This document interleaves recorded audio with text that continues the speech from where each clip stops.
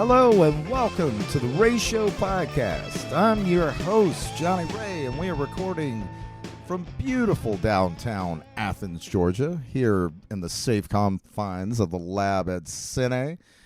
We got an amazing episode for you tonight. We have Bonnie Bloomgarden from the mighty Death Valley Girls. She's super cool, and we have a fun chat lined up for you tonight. Got to check them out in Vegas. Amazing set, an amazing live band. So make sure you check them out when they come to your neck of the woods, and we're going to have that up for you here in just a few minutes. But wanted to say thank you for everybody that came up to us out at Psycho Las Vegas. It was so great meeting listeners and hearing what your favorite episodes were, hearing what you want to hear more of. We recorded a lot out there. We were lucky enough, fortunate enough to really get a lot of work done out there and also catch a lot of the fest. So it was really a good trip for us. I want to say special thanks to Mr. Dan Lilker of the mighty Nuclear Assault, SOD, Brutal Truth, so many bands I can mention. Dan recorded a Channeling Bluntness for us out there in Vegas, and you'll be hearing that very soon. Super cool guy. Introduced us to so many people and is really just a great ambassador for metal and for the green stuff as well. So look forward to that coming out here very, very shortly. And you'll hear more from Dan because we're going to do a long-form interview with him in the very near future. Just wanted to also thank Attila, Necrobutcher, and Talak from Mayhem. Super cool to be able to spend time with them and really hear about the whole process behind the band and the whole history. So it was just an honor to be able to spend some quality time with those guys, and you'll hear more from that coming up soon. But as I said, I am recording from the lab here in Cine, and we're going to have the live podcast tapings finally in October, my favorite month of the year. So it's good to kick this project off with that coming up. So you'll be hearing about this. I know I mention it every podcast, but you'll be hearing about that soon on how you can attend. And we're really excited to finally let this cat out of the bag. So looking forward to seeing you at that. But without further ado, let's get to our talk with Bonnie from Death Valley Girls. All right, today on the Ratio podcast, we have Bonnie Bloomgarden from the mighty Death Valley Girls on the show. Thank you so much, Bonnie. Hello, how are you? I'm super good. How are you? Great to be talking to you. You all are out on tour right now as we speak. How are the shows going? It's been so much fun. Like, every show has surpassed any expectations we had. People are moving and bringing all the essential energy, so it's super fun. Well, yeah, after the extreme challenges of the last few years, how does it feel to be back interacting with the fans and just playing music every night? There's nothing like it. I didn't realize until we went on tour the beauty that is tour. Is like when you're playing one-off shows here and there, you never really get into a rhythm. It really does feel like a job, and then when you're on tour, it feels like the virtuous path, you know. Yeah. Like, it's just like anything can be thrown your way and it doesn't matter, but it feels great. And just seeing people and and you know, the last few years it didn't feel right to like perpetuate joy. It just felt like it was a time to learn and just learn and go within, and so realizing the next step is to go without and entertain and finally remember what we were put on earth to do, which is make people have a good time, or else, you know. Absolutely. There's nothing comes close, and I kind of forgot that there was anything I like to do, you know. Yeah.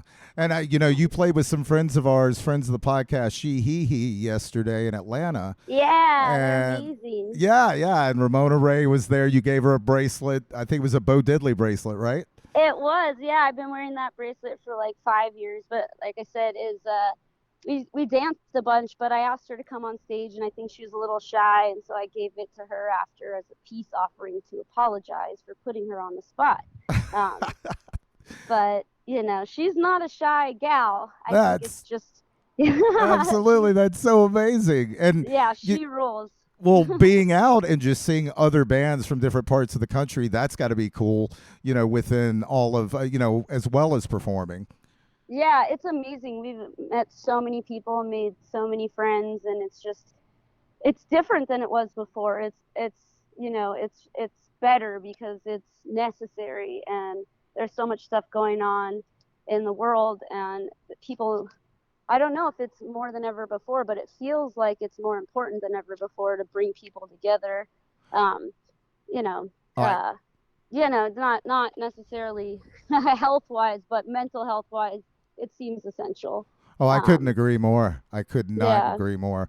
Well, yeah. I mean, yeah. The beginning of it, it was like I was very against doing anything that seemed like it was potentially dangerous, but um, at this point, I think people need to do stuff and learn how to be safe in this new way. And I think moving your body and listening to music is definitely important if you're lucky enough to do that stuff. right, right. It's necessary. I mean, I think with even with your mental health and your regular health, I mean, I think they go hand Yeah, in hand. yeah, I know I exactly. feel a lot better now that I'm dancing again. So, Yeah. well, you've stated that your latest full length, the excellent Under the Spell of Joy, was written subconsciously. I mean, could you talk a little bit about that and the process that led to that? Yeah, well, it was mainly it was like conjured more than almost anything else. Is it just it was more like we realized that we were gonna sing these songs every night is what we thought. So we realized that every word had to be important. So we just tried to um, really channel what was important. Um, and we got a kids chorus, a bunch of our friends to sing, and it was a very like singing heavy record.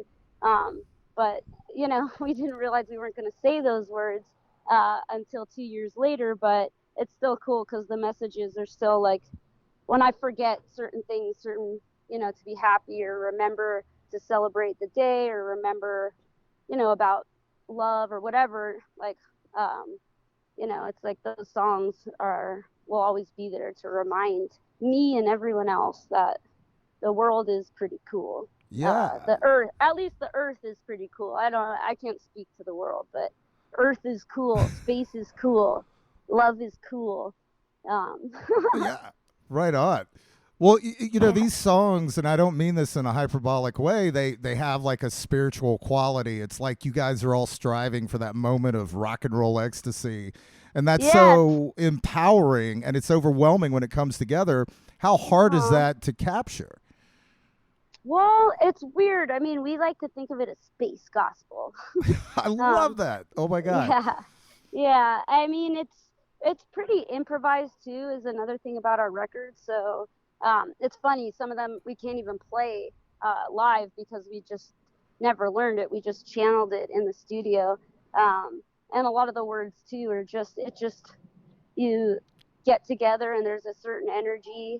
And actually, it's funny. We record at this one place, and he's from Atlanta, and we're in Atlanta right now. So shout out, Mark. But yeah, it's just a weird like it's a psychic activity and it's a channeled activity and it just is improvised activity, which is I think pretty unique for most records. I definitely feel like maybe the label gets a little bit scared every time, but we kind of have a basic idea of what we want to achieve, and then somehow it just magically forms when we all get into the studio. Even the saxophone and organist and the Wurlitzer player, everyone, nobody hears the songs before we go in. That's not like the way we want it. It's just the way we do it. So Right. it's stressful, but it's cool. It's like wait, I hear something else. Wait, I hear another thing. We like layers and yeah, and just a lot of we're not like the kind of people that like things super polished. We like little mistakes. We like personality in every note. So you can't really do that like more than 3 times or else it loses loses something. So we're pretty improvised in everything Yeah, we do. yeah. Well, these Pretty funny. it has a real live vibe to it, but it's so like intricate and so well put together. But like it does have that looseness of a live, recording that you have to like, Yeah. you know, um, Well, thank you for saying that. Yeah, it's just we. Yeah, it's like going to like a psychic or something where it's just like, what's she gonna say? What's he gonna say? What are they gonna say? And then it all just comes out, and you can't prepare. It right, just right. is that moment. Well, so Death Valley Girls began with you, Larry, and Patty jamming basically on Friday nights. Yeah. Had you known each other before then? No, Patty has a little girl. She had a baby, and my sister had a baby, and they were in like this play group together. And my sister is like my biggest champion, and she was just like, Patty, you need to play with my sister. You need to play with my sister. And then at their baby meetup or whatever it's called, yeah, and then we did it, and it was super fun. And I we were all desperate to find something worth playing for, worth practicing for, and it was super fun. And like, yeah, as Patty and Larry are sober, and I didn't want to do drugs anymore, so I feel really, really lucky to have met them and not some party animal freaks that are Right just trying to on. have fun. Yeah, it was cool. It's just like exactly what we all needed. Yeah, it comes through in the songs that you guys are all focused on the rock, and I mean that's such a important thing nowadays. Now Yeah. you all are playing Psycho Las Vegas later this week, Yes. or this weekend. How do you like playing these bigger festivals? I mean, it's amazing. There's something really special about playing club places where it's like I can make eye contact with every single person in the audience and make sure every single person knows that they're being seen and felt, and that's awesome. But like when you get into these bigger places where you just have to shoot it out to everyone all at once, and you just have to trust that they know they're being seen. It's fun. It's really fun, and it's a totally different thing. But there's so much energy coming at you. Um, yeah, it's just amazing to have that much energy all in one place, Y- and not need to get it from each individual person. Right, right, right. Well, so in the future there's a Death Valley Girls Festival. Let's say who's in that lineup, and who's on the concourse sharing knowledge with like folks Oh as my they go to God. the bathroom and all that stuff. That's a really tough question. I mean, wow. Well, we're super into like Peaches right now, Hell and we're yeah. about to play with Boyfriend. Super into um, so many people. I just love. Of course, the Stones and Iggy and Black Sabbath would be there, Hell yeah. and maybe Wayne Kramer could bring his MC5. We love Starcrawler. I mean, there's so many. It's impossible to. Our festival is going to have thousands of bands. Oh, absolutely. um, I saw Wayne Kramer at the Roxy back in May. And that, no way. yes, and that was one of the most mind-melting examples of rock and roll I've ever seen. Oh my God. Yeah, Larry and I went to the warm-up show for that, like, and before, I don't know, like 2019, in this little tiny like practice theater, and we were just like stood like stones, like we could not move. It was insane. I could not believe hearing those songs live. It Oh was yeah, I don't know crazy. if they ever even played "Baby Won't You" live off of High Time, and that was like the second. I mean, it was just unbelievable, and It's unbelievable. great. And you guys remind me a lot of the MC5. That energy, that mindset, and it Oh, has definitely that power. thank Um, you. Well, we really appreciate the. I mean, we fluctuate with the political importance of our specific brand of rock and roll, but they definitely are heroes oh in yeah, that sort of yeah. world. Yeah, and when you see somebody like him, it's like the politics. They don't even need to come. The songs are such rock and roll, just such odes to rock and roll that Yeah, it's like it almost gets across subconsciously. It's a beautiful yeah, thing. totally. Well, with the state of things in the world now, how can Yeah. our listeners put themselves under the spell of joy? I mean, you just got to try. Just every day, try something. you know, music is there to put, it's all about energy, mood. You can change anything if you just put on some music, you just dance around. You could even just like, I don't know, put on your shoes with more intention, drink water with more intention, and Yes. you already got it. It's anything you want it to be.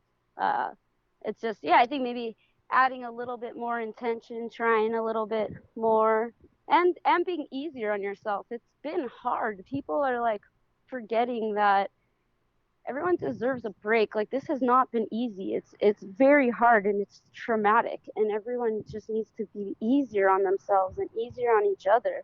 There's no reason to like fight, even especially with yourself. Like, just want people to know that they're amazing, special, unique, and they just put a little bit of intention behind a few things they do just for themselves every day. That could change the world. It's, I couldn't agree more with all that you just said. Thank Well, you. what are the future plans for you guys? Well, since you asked, we secretly just recorded a new record that I am so happy about. Yay! Right on. Yeah, it definitely like blistered out in the most different way of anything else, and I'm super excited for everyone to hear that. So things like that'll be happening, and then hopefully we really want to go tour everywhere. We've never been to Japan, Australia. We want to go to Mexico.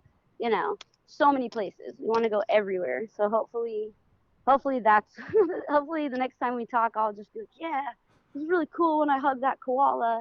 Yeah. Right on. I did way too much shopping in Tokyo. Well, I think your music is needed worldwide, so I hope you get to all these places to spread the word. Yeah, thank you so much. Well, thank you so much for being on today. Where's the best place our listeners can get in touch with Death Valley Girls? The internet, everywhere. Yeah. Everyone likes different places on the internet, so far be it from me to tell someone else where to go, but we're all over that place. There you go. Well, Bonnie, yeah. best of luck on the rest of the tour, and we're looking forward to the new record, and thank you so much for being on the show today. Thank you so much. I hope you have so much fun. Hope to see you this weekend. Absolutely. Okay. Bye. How cool was Bonnie? I want to thank her so much for taking the time out to do our podcast. And like I said, make sure you check out their records. And when they come to your neck of the woods, you got to go out and see them live. And we're going to have a lot more episodes coming up soon. We're going to go weekly. And we're also going to be having the Channeling Bluntness and mini episodes coming. So you're going to get more than enough Ratio podcast here in the fall months leading into the future. So keep checking in with us. You can find out all of our information at ratiopodcast.com. We are on Instagram, Facebook, all that good stuff. And so drop us a line, say hello, and we will be throwing all kinds of cool shit at you coming soon. But till then, stay switched on, and we'll talk to you soon.